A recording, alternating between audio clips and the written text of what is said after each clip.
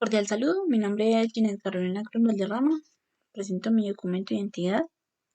Soy del cuarto semestre del grupo 100.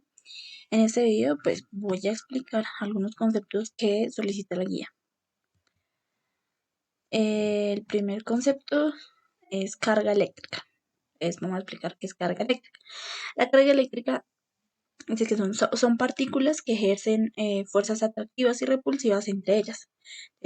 Toda materia está formada por partículas llamadas átomos, y el átomo está compuesto por pequeños elementos que son el protón, el neutrón y el electrón. Entonces el protón tiene carga eléctrica positiva y se encuentra localizada en el núcleo. Entonces, aquí como vemos en la figura, el neutrón no tiene carga eléctrica y se sitúa en el núcleo junto a los protones. ¿Sí?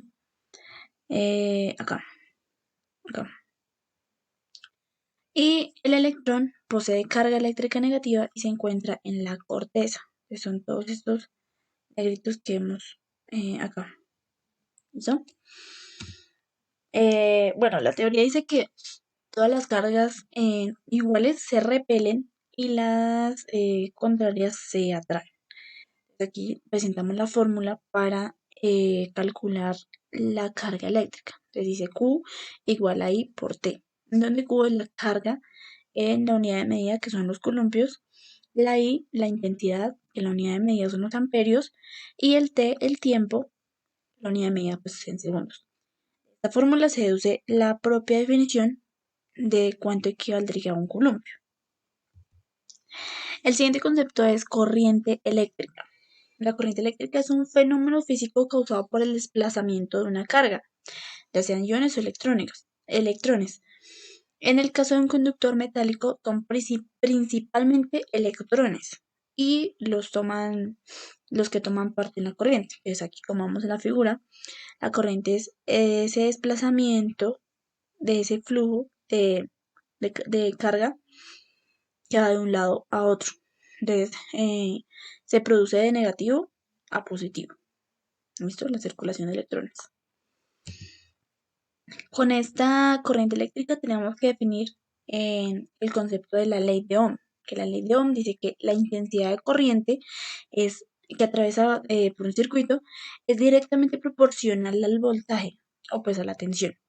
Del mismo modo, pues la intensidad es inversamente proporcional a la resistencia. Entonces, para tenerlo más claro, nos presentan este triangulito, donde ubicamos el voltaje arriba, a la parte izquierda la intensidad y a la derecha la resistencia.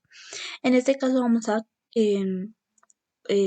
calcular la intensidad que está a la parte izquierda. Entonces, para calcularla, pues hago el ejercicio de tapar la intensidad y la fórmula que nos da es voltaje sobre resistencia.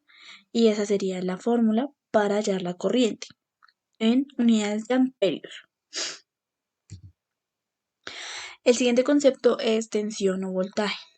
El de la tensión o voltaje mide la energía que obtendrá una carga si se mueve entre dos puntos del espacio. ¿Sí? Entonces ya tenemos claro que la unidad de medida de la tensión es, el voltaje es el voltio. Igual, vemos esta gráfica en donde ya, ponemos el voltaje en color rojito para identificarlo, para calcularlo.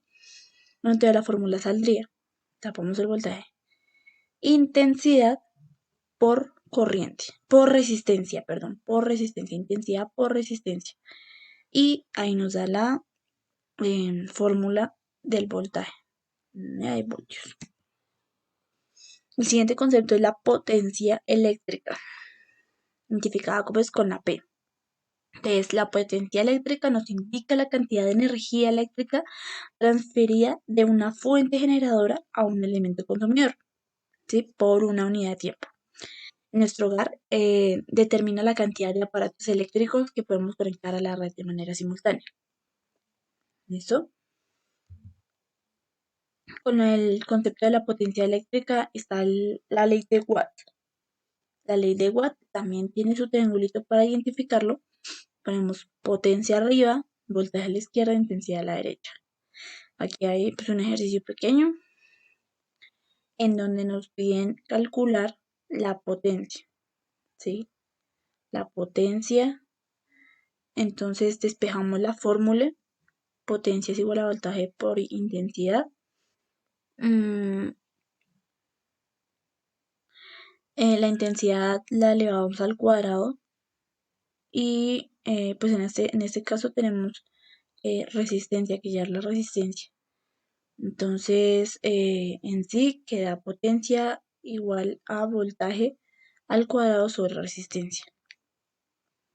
¿No? La última pregunta era, ¿por qué se usa la corriente alterna para alimentar los dispositivos caseros industriales? Entonces, se utiliza porque necesitamos menos aislamiento y se pueden usar voltajes más bajos. Además, tiene la ventaja de que puede almacenarse en baterías. Entonces, la principal ventaja de la corriente alterna es que al transportarlo a largas distancias se pierde mucha menos energía que con la corriente continua. Les decía, comenta un breve resumen sobre la guerra de las corrientes. Tesla versus Edison. Entonces, Edison defendía el sistema de la corriente continua y Tesla defendía el sistema de la corriente alterna.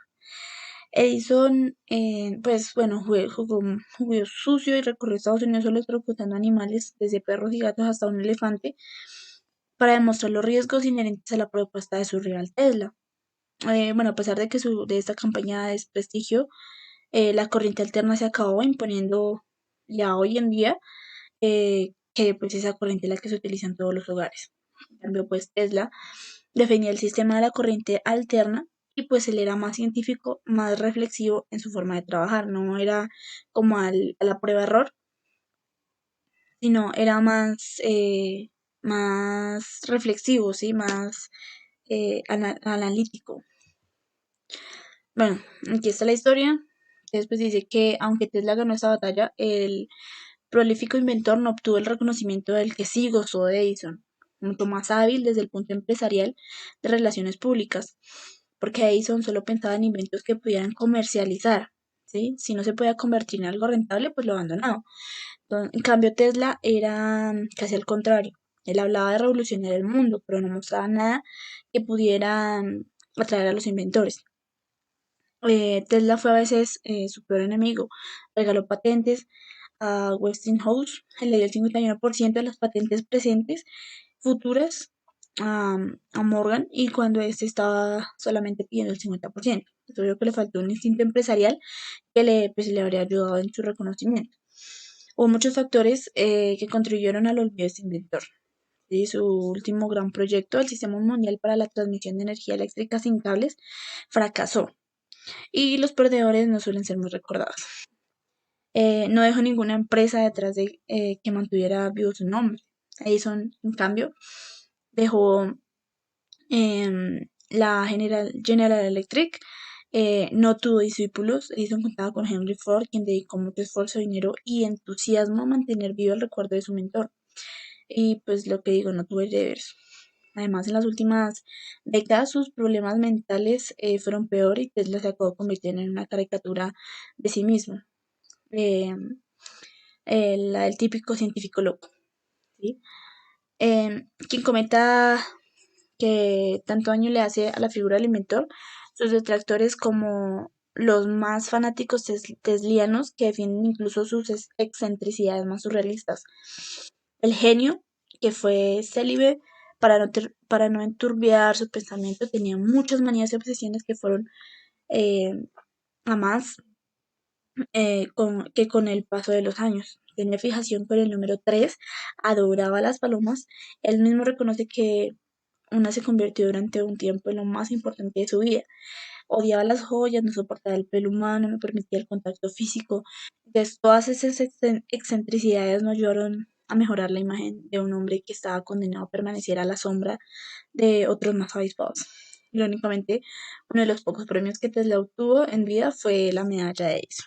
Entonces, básicamente, uno trabajó y el otro obtuvo el reconocimiento porque era más visionario, más empresarial.